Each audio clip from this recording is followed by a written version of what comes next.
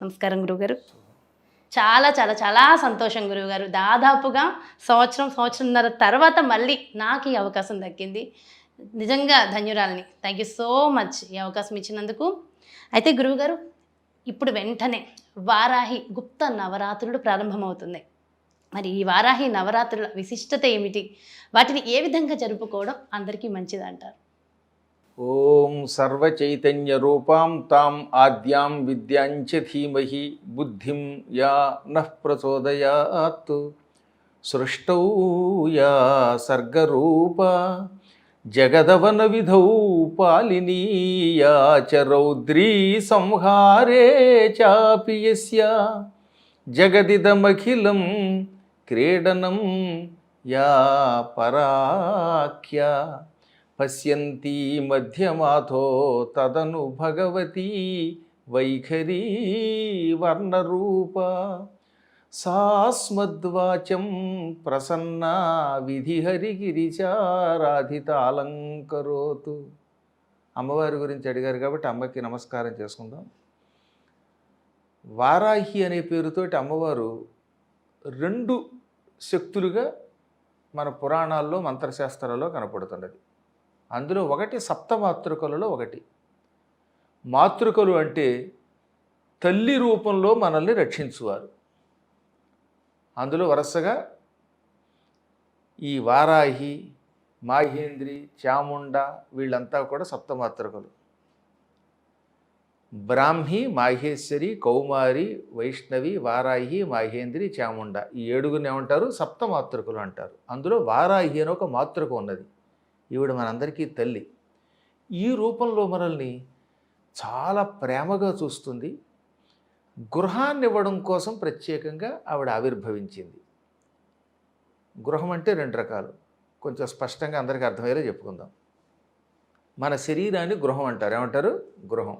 ఇదం శరీరం కౌంతేయ క్షేత్రమిత్యభిధీయతే అని కృష్ణుడు కూడా చెప్పాడు.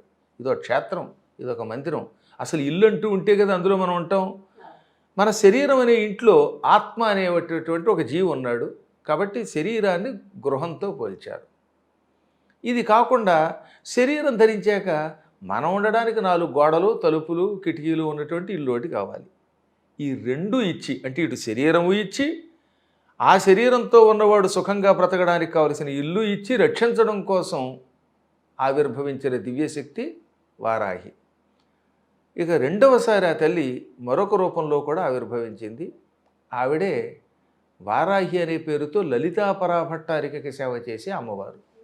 లలితా సహస్రనామంలో కిరిచక్ర రథారూఢ దండనాథ పురస్కృత అని ఒక నామము, విశుక్ర ప్రాణహరణ వారాహి వీర్యనందిత అనే ఒక నామము, 2 నామాలు ఉన్నాయి కదా. ఇవి 2 ఏక సమాసనామాలే. అందులో వారాహి అనే పేరుతో ఒక అమ్మవారు ఉన్నది. లలితాదేవి భండాసురుడు అని పేరు కలిగిన ఒక వ్యక్తిని చంపడానికి వెళ్ళింది. భండు అని పేరు కలిగిన అసురుడు, రాక్షసుడు. రాక్షసుడిని చంపడానికి అమ్మవారికి సైనికులు చాలామంది ఉన్నారు. ఆ సైనికులకి నాయకత్వం వహించే వాళ్ళని సంస్కృతంలో స్త్రీనైతే నాయిక అనాలి, నాయకి అనకూడదు. తెలియక రంగనాయకి అని పాటలు పాడుకుంటున్నారు కానీ నాయకి కాదు, నాయిక. మగవాడైతే నాయకుడు, స్త్రీ అయితే నాయిక. ఆ నాయికని దండనాథ అని కూడా పిలుస్తారు. ఆవిడే ఈ వారాహి. తెల్లని వరాహ రూపంలో ఉంటుంది. మంచి కోరలు ఉంటాయి. గద, శంఖం, చక్రం కూడా ధరిస్తుంది. ఆ తల్లి ఒక గొప్ప రథం ఎక్కి రాక్షసుల్ని సంహరించడానికి లలితాదేవికి సాయంగా వెళ్ళింది. ఆవిడ పేరే వారాహి. విశుక్రుడు అని పేరు కలిగిన భండాసురుడి యొక్క మంత్రిని చంపింది ఆవిడ. అలా చంపడం కోసం ఆవిర్భవించిన తల్లి ఎప్పుడు ఆవిర్భవించింది?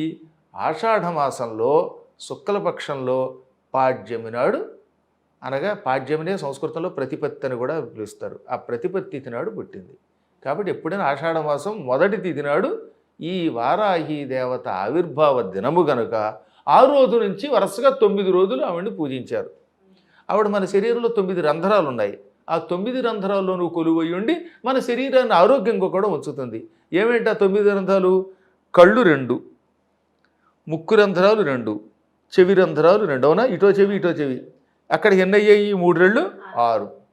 నోరు 7వది. మలమూత్ర స్థానాలు ఒక 2, అక్కడికి 9 రంధ్రాలు అన్నమాట.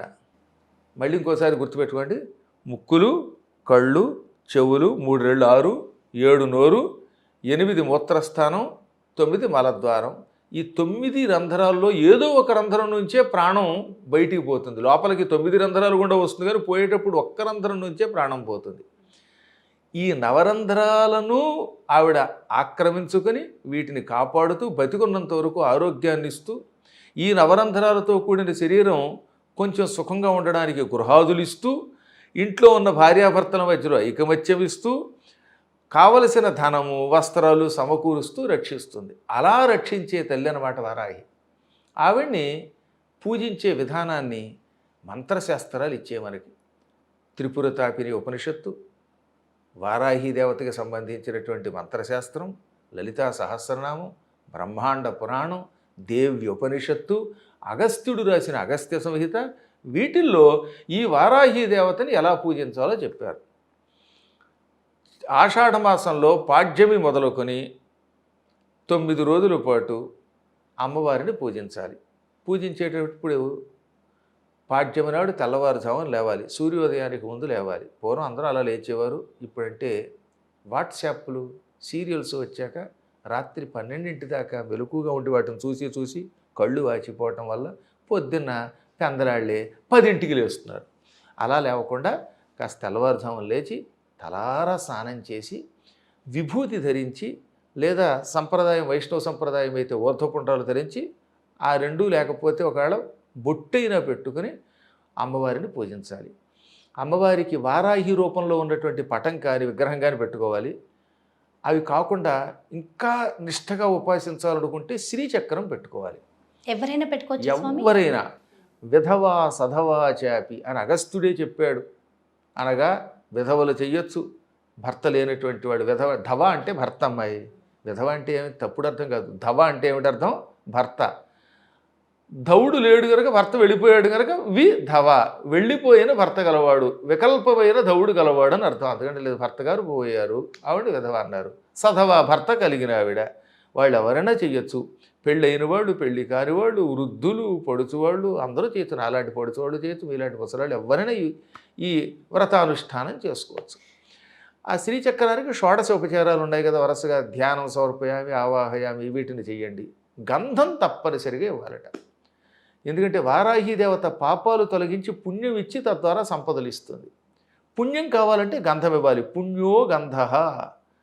మంత్రశాస్త్రంలో కూడా గంధాత్ పుణ్యం అవాప్స్యసి త్వం, నీవు గంధాత్, గంధము వలన అంటే గంధము సమర్పించడం వలన పుణ్యమును అవాప్స్యసి, పొందుతున్నావు అన్నారు. పుణ్యం రావడం కోసం గంధం అరగదీసి వెయ్యాలి, పొడి కాదు. ఏదో రకరకాల డబ్బాల్లో ఉన్న పొడులు తీసుకురావడం కాకుండా గంధం చెక్కతో కష్టపడి సాన మీద అరగదీసి ఆ గంధం సమర్పించాలి. ఆ తర్వాత 2 మంత్రములను అనుష్ఠానం చేయాలి.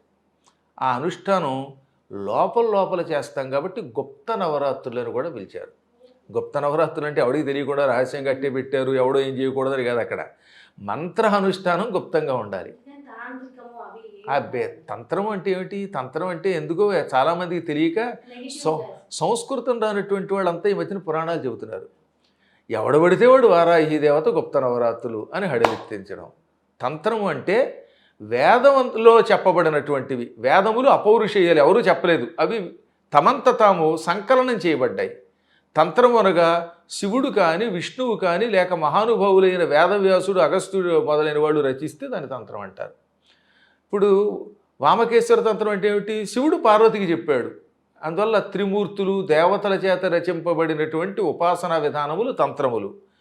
ఎవరి చేత రచింపబడకుండా తమంత తాము ఆవిర్భవించాయే భగవంతుని శరీరం నుంచి, అవి అపౌరుషేయాలు, పురుషుని చేత చెప్పబడనవి మంత్రములు. కాబట్టి మంత్రం అంటే రచింపబడనివి, రచింపబడినవి తంత్రములు. వాటిని రాగిరేకులో లేకపోతే పంచలోహాల్లోనో పెడితే యంత్రములు అన్నారు. ఇది మంత్రతంత్ర యంత్రాలు అంటే.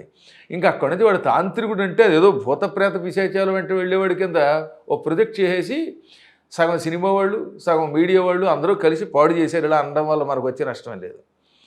దానికి తోడు ఈ మధ్యకాలంలో ఎవడు పడితే వాడు తయారయ్యి నిమ్మకాయ నెత్తి మీద పెట్టుకో, కంటి మీద మిరపకాయలు పెట్టుకో, ఇవన్నీ తయారైపోవడం వల్ల భయం కలిగించారు వీటిని. అవన్నీ ఉట్టి అబద్ధాలు. హాయిగా శ్రీచక్రం అనే యంత్రం మీద రహస్యముగా మంత్రానుష్ఠానం చేస్తూ బిల్వపత్రాలు లేక పువ్వులతో పూజ చేయండి. ముఖ్యంగా మారేడాకులతో పూజించాలి. 2 మంత్రములు ఈ వారాహి దేవతకి ప్రీతిపాత్రమైనవి. అందులో ఒక మంత్రం ఓం హ్రీం శ్రీం క్లీం వసుధాయై నమః. ఇది వసుధా మంత్రం. దేవీ భాగవతం 9వ స్కంధంలోనూ బ్రహ్మవైవర్త పురాణంలోనూ ఈ మంత్రం ఉంటుంది. ఈ మంత్రం ముందు 108 సార్లు జపం చేస్తూ మారేడాకులు వెయ్యాలి. మారేడాకులు సంస్కృతంలో బిల్వపత్రాలు అంటారు. ఈ ఆకులతో పూజ చేశాక ఏ రోజుకో రోజు ఆకులు మళ్ళీ పక్కన తీసి పెట్టాలి. ఎండిపోయిన ఆకులను ఆఖరి రోజు యజ్ఞంలో వాడచ్చు, లేదా సొంత పొలాలు ఉంటే పొలాల్లో వేసేయండి. పొలాలకు పంటకి బాగా పనికొస్తుంది. ఇది ఎరువుగా ఉపయోగపడుతుంది. దీనివల్ల పంటలు బాగా పండుతాయి. లేదా దొడ్డి ఉంటే పెరట్లో దాన్ని గొయ్యి తవ్వి పాతి పెడితే అది భూమిలో కలిసిపోతే ఆ ఇంటికి ఉన్న వాస్తు దోషాలు పోతాయి.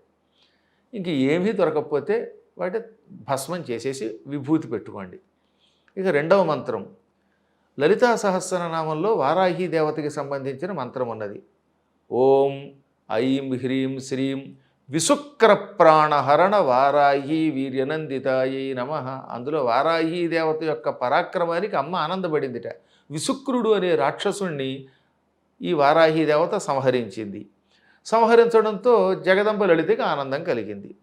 అందుకని ఆవిడ నేను ఎంతో ఆనందపడ్డాను నీ పరాక్రమానికి అంది. అదొక నామం అయ్యింది. ఈ నామాన్ని 108 సార్లు జపం చేయాలి.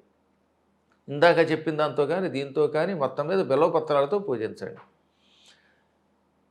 అన్నం అంటే పులిహోర దధ్యోదనం ఇలాంటి అన్నాలు కానీ లేదా పానకం కానీ నివేదన చెయ్యండి. తీర్థంగా తీసుకోండి, మీరు తినండి, ఇతరులకు పెట్టండి. పిల్లలకి పెడితే ఇంకా మంచిది. ఇంకా గుప్తంగా నవరాత్రులను ఎందుకన్నారంటే డబ్బా కొట్టకూడదట. ఏమండో మేము ఎలా చేసాం అలా చేసామని ఇతరుల దగ్గరికి వెళ్ళి మేము బాగా చేసామని తమ ప్రతిభని చాటుకోకూడదు. తాము చేస్తున్న ఉపాసన ఇతరులకు తెలిస్తే తప్పు లేదు, కానీ మేము బాగా చేసాము గొప్పగా చేసాము అని పబ్లిసిటీ కోసం చెయ్యొద్దు అన్నాడు. అందుకని గుప్త నవరాత్రులు అన్నారు. ఇక ఈ నవరాత్రుల యొక్క ఫలితం అంతా ఎంత కాదు. మీరు కావాలి అంటే ఫలితాలు కూడా చెబుతాం. ఫలితం తెలుసుకుని చేస్తే ఇంకా ఆనందంగా ఉంటుంది.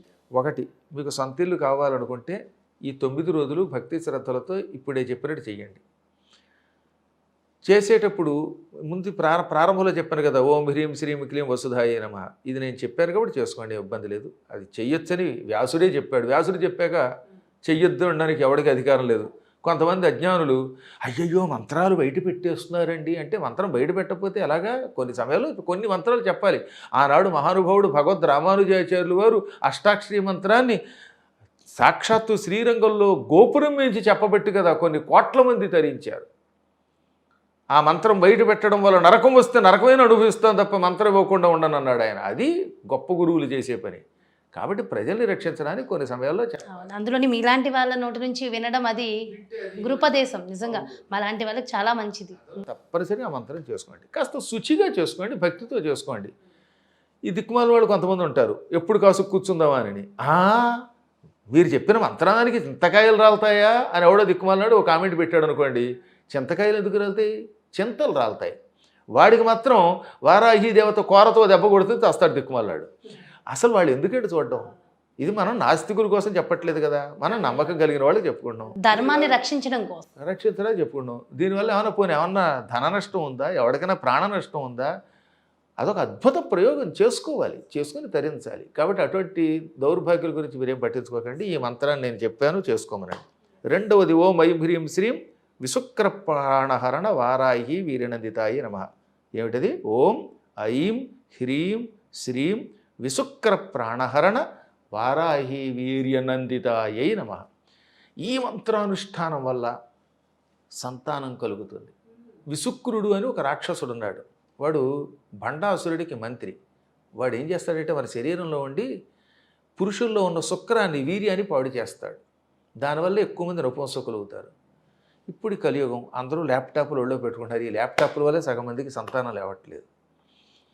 చెప్పకపోతే తప్పదు. భయంకరమైనవి ఈ వేరియేషన్స్. ఈ సెల్ టవర్స్ ఇవన్నీ దగ్గరగా ఉంటే పక్షులు కూడా చచ్చిపోట్ల.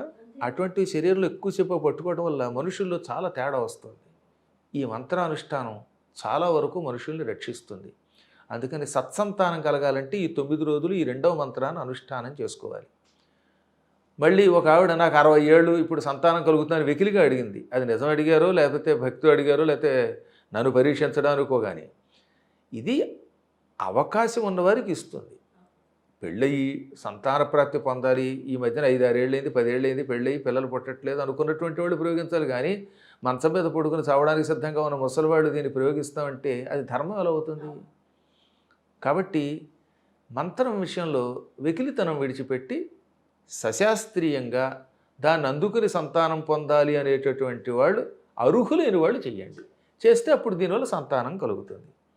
ఇంకోటి, సంసారంలో కలతలు ఎక్కువ ఉంటాయి, కొంతమంది కొట్టుకు చచ్చిపోతూ ఉంటారే, అటువంటి వాళ్ళు కనుక ఈ కాలంలో కుంకుమతో అమ్మవారి శ్రీచక్రాన్ని కానీ విగ్రహాన్ని కానీ పూజిస్తూ ఈ మంత్రానుష్ఠానం చేస్తే కలిసి ఉంటారు. అన్న నైవేద్యం పెడితే వాళ్ళకి ఎప్పుడూ భుక్తికి లోటు ఉండదు. ఈ మంత్రాల అనుష్ఠానంతో ఒకవేళ మంత్రం చేయలేకపోయినా కనీసం దాకా చెప్పిన మారేడాకులతో అయినా ఈ నవరాత్రులు పూజ చేస్తే దానివల్ల అయితే మన శ్రద్ధ వల్ల పునర్జన్మ అయినా లేకుండా ఉంటుంది. అది అంత తేలిక కాదు కలియుగంలో. కనీసం వచ్చే జన్మ ఉత్తమ జన్మ వస్తుంది. అందువల్ల ఇవి చేసి తీరాలి. గుప్తం అంటే మరొక అర్థం తీసుకోకుండా ఎవరికీ తెలియకుండా దాచమని కాకుండా చేస్తున్న పూజ 10 మందికి పబ్లిసిటీ కాకుండా భక్తితో చెయ్యండి అని. ఎందుకంటే ఈ మధ్యకాలంలో చూశారు మీరు, వినాయక చతుర్థి సందర్భంగా కూడా మేం వేసినంత పందిరి ఎవడన వేశాడా, మేం పెట్టినంత గొప్ప విగ్రహం ఎవడన పెట్టాడా అని దాన్ని 10 సార్లు చెప్పుకుంటున్నారే, అలా చెప్పకుండా చేసుకుని ఆయన అని చెప్పారు. అయితే గురువుగారు చిన్న చిన్న ఇబ్బందుల వల్ల ఆటంకాల వల్ల ఒకవేళ వారాహి నవరాత్రుల్లో కొన్ని రోజులు కుదరలేదనుకోండి, మిగిలిన అన్ని రోజులు చేసుకోవచ్చు అంటారా? ఒక్కరోజు చేసినా చాలు. ఇప్పుడు ఆడవాళ్ళకే ఉంది పాపం, బయట ఉండవలసి వస్తుంది, అప్పుడు 4 రోజులు చేయలేరు కదా. కర్మయోగం వల్ల ఆ సమయంలో ఎవరికైనా మైలు వచ్చింది అనుకోండి, అప్పుడు చేయలేరు కదా. అందుకని ఏమన్నారంటే దినమర్థం తదర్థం వా ముహూర్తం క్షణమేవవా. దినం అర్థం, ఒక దినం అంటే పగలమ్మా, పగలు. దినం అంటే పగలు, రాత్రి పగలు కలిస్తే ఒక సంపూర్ణమైనటువంటి రోజు. అవునా? రోజు అనేది హిందీ పదం అనుకోండి. అహోరాత్రాలను కలిపి 24 గంటలను కలిపి దివసము ఏకదివసం అంటాం. అందులో దినము అనేది ఎక్కువగా పగటికి వాడతాం. ఒక పగలిపూట చేసినా చాలు, మొత్తం ఆ రోజంతా చేయలేకపోయినా అందులో అర్థం చేసినా చాలు, సగం చేసినా చాలు, ఒక ముహూర్త కాలం చేసినా చాలు, క్షణకాలం అమ్మవారిని పూజించినా చాలు. గుప్త నవరాత్రులు ఒక క్షణమేవవా అన్నాడు. అంటే కన్ను మూసి తెరిచేలోపు అమ్మవారిని ఒకసారి దర్శనం చేసుకుని పూజించిన ఆ మాత్రానికి కూడా అమ్మ సంతోషిస్తుంది. కాకపోతే ఒకటి గుర్తుపెట్టుకోండి, అమ్మవారి పటం పెట్టుకునేటప్పుడు అమ్మవారు తెల్ల రూపంలో ఉండాలి. వారాహి రూపం ఉంటుందా, ఆ వరాహ రూపమే, ఆ రూపంలో తెల్లని రంగుతో ఉండాలి. కొంతమంది శ్యామల వర్ణం వేస్తున్నారు, తెలియక శ్యామ వార్తాళీ సేవిత అని ఒక నామం ఉన్నది. ఈ వారాహి దేవత వార్తాళి అని కూడా ఒక రూపం ధరిస్తుంది. ఇవన్నీ దండనాయిక యొక్క రూపాలు. ఈవిడ శ్యామ అని ఉంది.